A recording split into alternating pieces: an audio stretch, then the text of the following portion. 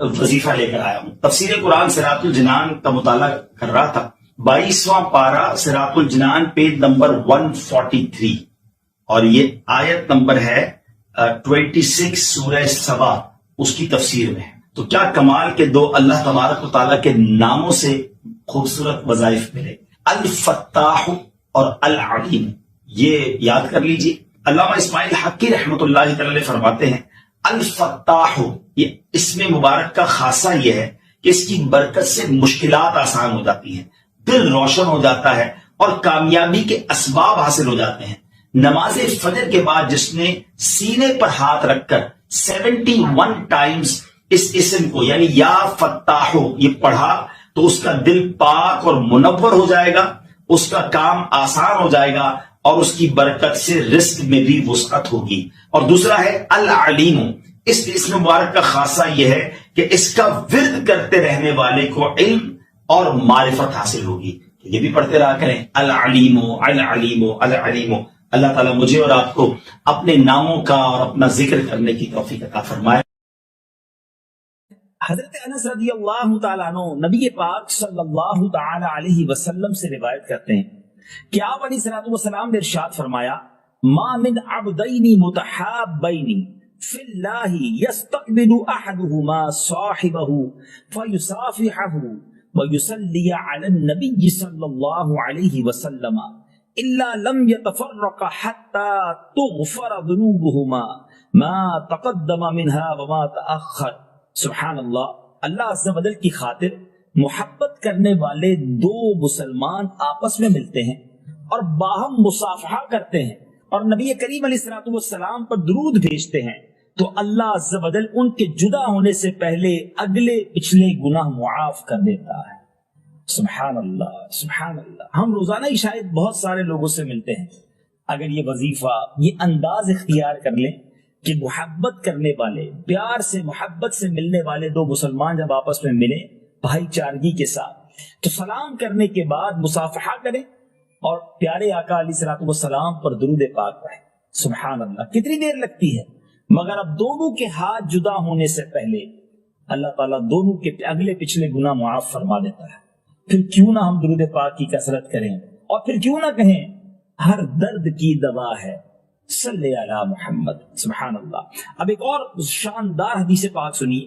حضرت سیدنا انس بن مالک رضی اللہ تعالیٰ عنہ فرماتے ہیں رسول اللہ صلی اللہ تعالی علیہ وسلم نے ارشاد فرمایا من صلی علی صلاۃ واحدۃ صلی اللہ علیہ عشرا ومن صلی علی عشرا صلی اللہ علیہ مئۃ. آقا علیہ الصلوۃ والسلام نے فرمایا جس نے مجھ پر ایک مرتبہ درود بھیجا اللہ عز و جل اس پر 10 مرتبہ رحمت نازل فرمائے گا اور جس نے مجھ پر 10 مرتبہ درود بھیجا اس پر اللہ عز و جل 100 مرتبہ رحمت نازل فرمائے گا. پھر آگے فرماتے میرے آقا ومن صلی علی مئۃ کتب اللہ بین عینیہ براءۃ من النفاق وبراءۃ من النار واسکنہ اللہ یوم القیامہ مع الشہداء. آقا فرماتے جس نے مجھ پر 100 مرتبہ درود پاک پڑھا، ایک درود پر 10 رحمتیں، 10 درود پر 100 رحمتیں، مگر 100 بار درود پاک پڑھنے والے کو انعام کیا فرمایا؟ جس نے مجھ پر 100 مرتبہ درود بھیجا اللہ عز و جل اس کی آنکھوں کے درمیان منافقت اور جہنم سے آزادی کا پروانہ لکھ دے گا اور قیامت کے دن اسے شہداء کے ساتھ اٹھائے گا. سبحان اللہ سبحان اللہ سبحان اللہ. ناظرین ذرا غور تو کیجئے کہ 100 مرتبہ درود پاک پڑھنے میں وقت ہی کتنا لگتا ہے.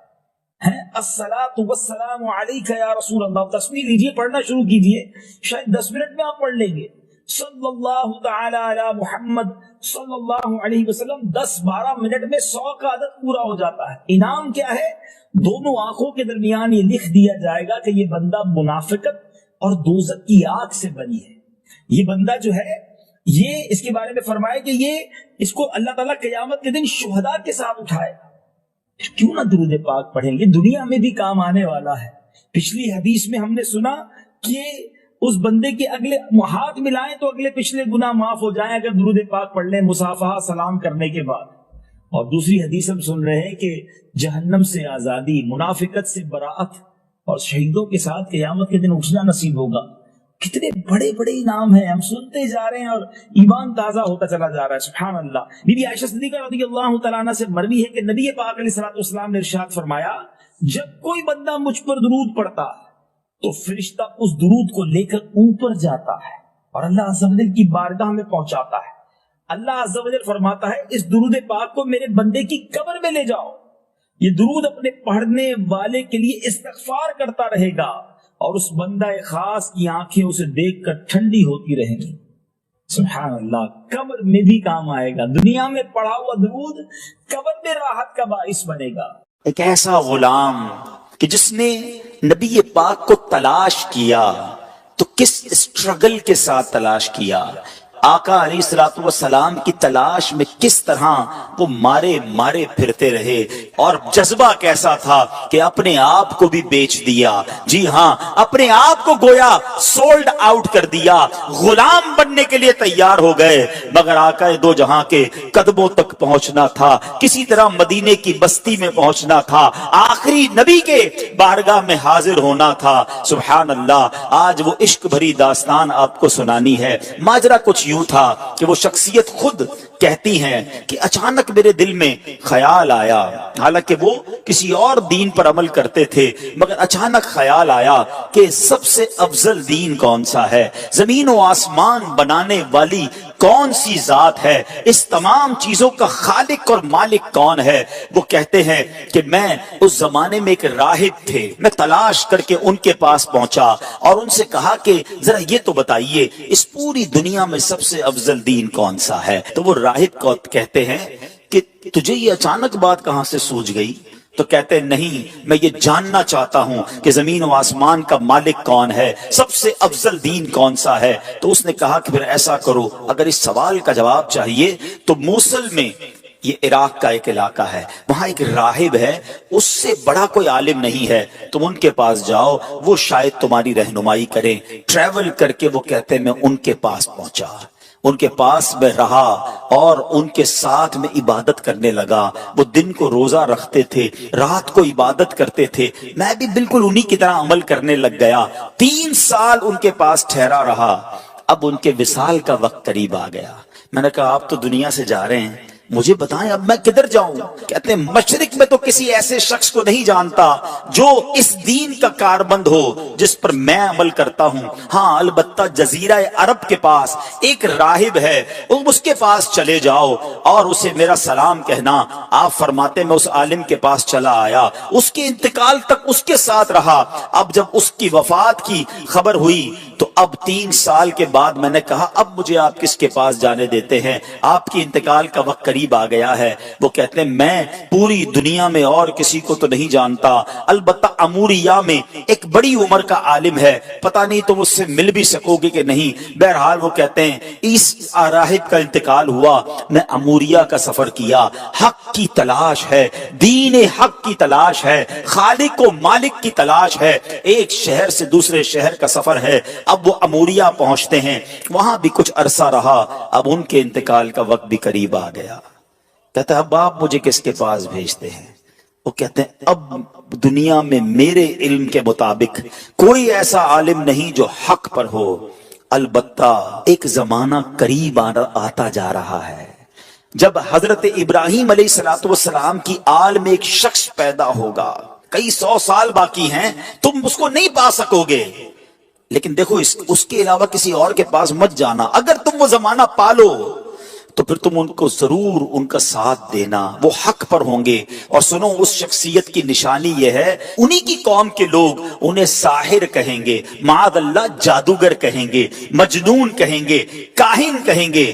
اور دیکھو ان کی ایک نشانی اور ہے، ہدیہ دو گے نا تو تناول کر لیں گے، صدقہ دو گے تو وہ اس میں سے کچھ نہیں کھائیں گے. اور سنو ان کے دونوں کاندھوں کے درمیان، دونوں شانوں کے درمیان مہر نبوت بھی جگمگا رہی ہوگی. میرے آقا کی بھی کیا شان ہے، ابھی دنیا میں ظاہری آئے نہیں ہے، زمانہ پہلے ہی دیوانہ ہے. شاعر کہتا ہے نا، ایک میں ہی نہیں ان پر قربان زمانہ ہے، جو رب دو عالم کا محبوب یگانہ ہے۔ آقا کا پتہ بتا دیا، مگر کب آئیں گے، کدھر آئیں گے، کہتے کچھ پتا نہ تھا۔ اب وہ شخصیت کہتے ہیں کہ میں انتظار کرتا رہا، آخر ایک بستی کی طرف ایک قافلہ جا رہا ہے، عرب کی ایک وادی ہے، کھجوروں کی وادی ہے۔ یاد رہے ابھی لفظ مدینہ، اس شہر کو مدینہ کہا نہیں جاتا تھا، اس کے پہلے کئی اور نام تھے۔ کہتے ایک قافلہ جا رہا تھا، میں نے ان سے پوچھا تم لوگ کون ہو؟ وہ کہنے لگے ہم اس بستی کی طرف جا رہے ہیں جس بستی کا اشارہ اس راہب نے دیا تھا۔ آسان لفظوں میں سمجھ لو، وہ قافلہ مدینے کو جا رہا تھا۔ کہتے ہیں کہ ہم وہاں تجارت کرنے کے لیے جا رہے ہیں، ہم وہاں تجارت کرتے تھے، لیکن وہاں آل ابراہیم میں سے ایک شخص پیدا ہوا ہے، اس کی قوم اس کے قتل کے در پہ ہے، جس کی وجہ سے وہ ہجرت کر کے ہمارے شہر میں آ گیا ہے۔ ہمیں ڈر ہے کہ کہیں وہ ہماری تجارت کو روک نہ دے۔ اب سنو، مدینے پر اس کو کنٹرول حاصل ہو گیا ہے۔ معاذ اللہ، وہ قافلے والے نبی پاک علیہ الصلوۃ والسلام کے خلاف باتیں کر رہے تھے، مگر اس عاشق رسول کے دل کی دھڑکن تیز ہونے لگ گئی۔ ارے یہ تو وہی نشانی ہے، مدینے میں آل ابراہیم سے ایک شخص آ گیا ہے، قوم جو ہے اس کے خلاف ہے۔ کہا اچھا یہ تو بتاؤ، یہ ان کی قوم ان کے بارے میں کیا کہتی ہے؟ وہ تاجر کہتے ہیں ان کی قوم انہیں کاہن کہتی ہے، ساحر کہتی ہے، مجنون کہتی ہے۔ اللہ اکبر، اب یہ دیوانہ سمجھ گیا میری منزل مدینے میں ہے، یہ قافلہ جدھر جا رہا ہے مجھے ادھر ہی پہنچنا ہے۔ کہتے ہیں ان تاجروں کو ایسا کرو مجھے ساتھ لے جاؤ۔ کہتے پیسے ہیں تمہارے پاس؟ کہتے کوئی پیسہ نہیں۔ ارے بغیر پیسے کے سفر کیسے ہوگا؟ کوئی تو عوض دے دو، کوئی تو مال دے دو۔ کہتے میرے پاس کچھ نہیں، مگر عرصہ ہو گیا ہے اس شخصیت کے انتظار میں، زندگی بیت گئی ہے، مجھے کسی طرح مدینے پہنچا دو، مجھے کسی طرح ان کے پاس پہنچا دو۔ کہا اچھا اتنی تڑپ ہے، چلو ہمارے سردار کے پاس۔ قافلے کے سردار کے پاس لایا گیا۔ سردار کہتا ہے پیسے ہیں؟ کہ پیسے نہیں، زیادہ راہ ہے، زیادہ راہ نہیں۔ ارے کچھ تو دینا پڑے گا۔ کہ میرے پاس اور تو کچھ نہیں ہے، ایسا کرو مجھے ہی خرید لو، مجھے غلام بنا لو، تمہاری خدمت کرتا رہوں گا، کسی طرح مدینے لے جاؤ۔ سنو میرے پیارے اسلامی بھائیوں، صدیوں پرانی داستان ہے۔ ایک دیوانہ آقا کی یاد میں تڑپ رہا ہے، انہیں دنیا کے کونے کونے میں تلاش کر رہا ہے۔ اب تاجر کہتے چلو تمہیں غلام بناتے ہیں۔ ایک بار نہیں، دو بار نہیں، بتایا جاتا ہے شہر مدینہ تک پہنچتے پہنچتے یہ دیوانہ 10 بار بکتا گیا۔ غلام مصطفیٰ بن کر میں بک جاؤں مدینے میں، محمد نام پر سودا سرے بازار ہو جائے، بے دام ہی بک جائیے بازار نبی میں، اس شان کے سودے میں خسارے نہیں ہوتے۔ یہ غلام بن کر بکتے رہے، بالآخر 10 بار بکنے کے بعد یہ دیوانہ مدینے تو پہنچ گیا، مگر راستہ نہیں پتا جانا کدھر ہے۔ اچھا یہ جو شخصیت ہے نا، ان کی زبان بھی عربی نہیں تھی، کوئی اس پورے شہر میں ان کی زبان جانتا ہی نہیں تھا۔ یہ فارسی بولتے تھے، مدینے میں سارے لوگ عربی بولتے تھے۔ کس سے راستہ پوچھتے، کس سے معلومات لیتے، جانا کدھر ہے، نام پتہ نہیں ہے۔ اب غلام تھے، اس نے مدینہ پاک میں کھجوروں کے باغ میں لگا دیا کہ اب تمہارا کام کھجوریں توڑنی ہیں۔ کہتے میں کھجوریں توڑتا تھا، میں محنت مزدوری کرتا تھا، میں نے پیٹھ پر اتنا بوجھ اٹھایا کہ میرا سینہ جو ہے اور پیٹ جو ہے وہ پیٹھ کی طرف چلا گیا۔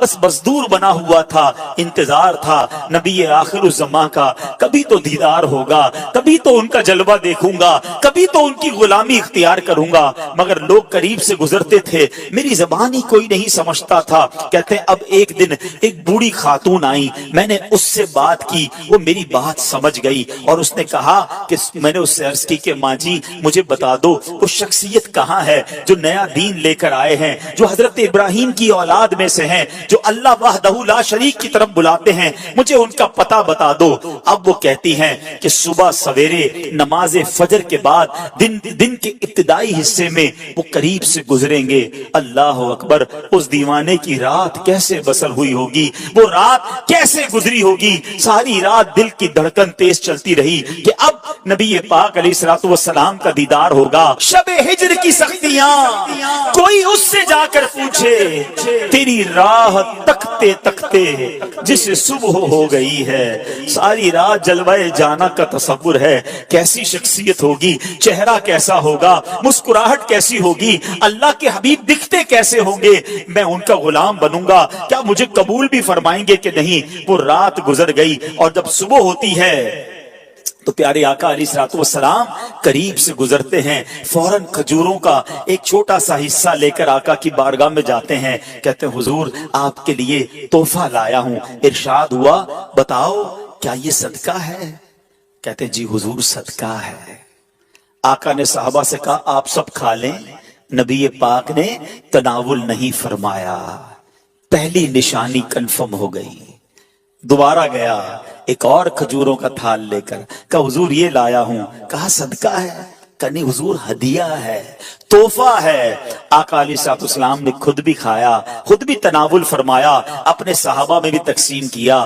دوسری نشانی پوری ہو گئی۔ اب دل بےتاب ہے کہ مہر نبوت دیکھنی ہے۔ راہب نے بتایا تھا کہ دونوں کاندھوں کے درمیان ایک بڑی خوبصورت سی مہر نبوت، حدیث کی کتابوں میں لکھا ہے کبوتر کے انڈے کی طرح نبی پاک کی پیٹھ مبارک پر دونوں شانوں کے درمیان مہر نبوت تھی۔ اب آقا علیہ الصلوۃ والسلام دو چادریں پہنا کرتے تھے، چادر پہنی ہوئی ہے۔ اب وہ شخصیت کہتے کبھی میں دائیں جا کر دیکھنے کی کوشش کرتا، چادر تھی اس لیے دیکھ نہیں پاتا تھا۔ اللہ اکبر، نبی پاک میری طرف دیکھ کر مسکرائے۔ آقا نے سمجھ لیا کہ میں کیا دیکھنا چاہتا ہوں۔ نبی پاک نے اپنی مبارک چادر اتاری، کہا جو ڈھونڈ رہے ہو، جو دیکھنا چاہتے ہو آؤ دیکھ لو۔ وہ دیوانہ کہتا ہے میں دوڑتا ہوا گیا، مہر نبوت دیکھی اور نبی پاک کی پیٹھ سے لپٹ گیا، چومنے لگ گیا، کہ حضور آپ کی تلاش میں مارا پھر رہا ہوں، بہت عرصہ ہو گیا ہے حضور، بہت دیر سے آپ کو تلاش کر رہا ہوں، آقا اب آپ کے قدموں میں آ گیا ہوں، اپنی غلامی میں قبول فرما لیجئے۔ اللہ اکبر، نبی پاک علیہ الصلوۃ والسلام نے انہیں اپنی غلامی میں قبول فرمایا، کلمہ پڑھ کر دامن مصطفیٰ سے وابستہ ہو گئے۔ سنو وہ کون تھے جو اتنی تلاش کے بعد پہنچے، جو اتنے عرصے کے بعد نبی پاک کے قدموں میں پہنچے؟ وہ کوئی اور نہیں، وہ حضرت سلمان فارسی رضی اللہ تعالیٰ عنہ ہے۔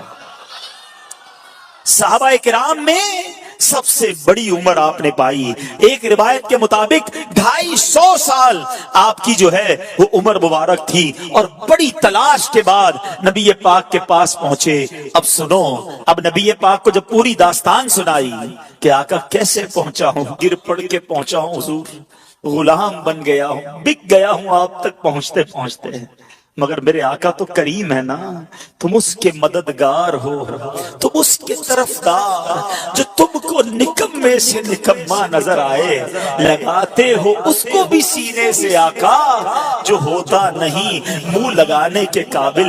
آقا فرماتے میں تمہیں خریدوں گا، جاؤ اپنے آقا سے پوچھ کر آؤ کیا ڈیمانڈ کرتا ہے، تمہیں آزاد کرنے کی قیمت کیا ہے۔ اب وہ کیا کہتا ہے، 300 درخت کھجوروں کے لگائے، پھلدار درخت، اور 40 اوقیہ سونا، یہ ملے گا تو تمہیں آزاد کروں گا۔ یہ بہت بڑی قیمت ہے، اور یاد رہے کھجور کا درخت فوراً لگاتے ہی پھل نہیں دیتا، بعض اوقات 3 سال، بعض اوقات 5 سال میں پھل دیتا ہے۔ اللہ اکبر، نبی پاک علیہ الصلوۃ والسلام نے فرمایا کہ اب میں خود اپنے ہاتھوں سے پودے لگاؤں گا۔ نبی پاک بھی جاتے ہیں، صحابہ بھی جاتے ہیں، پودے لگائے جاتے ہیں، آقا اپنے ہاتھوں سے پانی ڈالتے ہیں۔ میرے آقا کی شان دیکھو، پانی ڈالتے ہیں اور درخت بڑا ہونا شروع ہو جاتا ہے، کچھ ہی دنوں میں وہ درخت پھلدار ہو جاتا ہے۔ پورے مدینے میں شور مچ جاتا ہے کہ جناب یہ کیسا شان والا غلام ہے جس کے لیے کھجور کے درخت بھی بڑے ہو گئے۔ نبی پاک نے سونا بھی عطا فرمایا، گویا پیارے آقا علیہ الصلوۃ والسلام نے اپنے عاشق کی قیمت خود ادا کی۔ وہ کہتے ہیں نا جب تک بکے نہ تھے کوئی پوچھتا نہ تھا، تم نے خرید کر مجھے انمول کر دیا۔ میرے آقا نے یہ باغ اپنے ہاتھوں سے لگایا.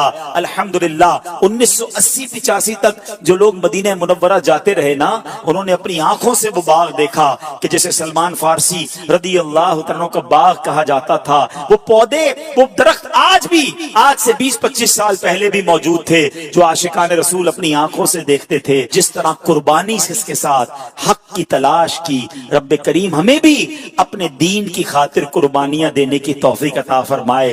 جس عشق کے ساتھ نبی پاک کا دامن تھاما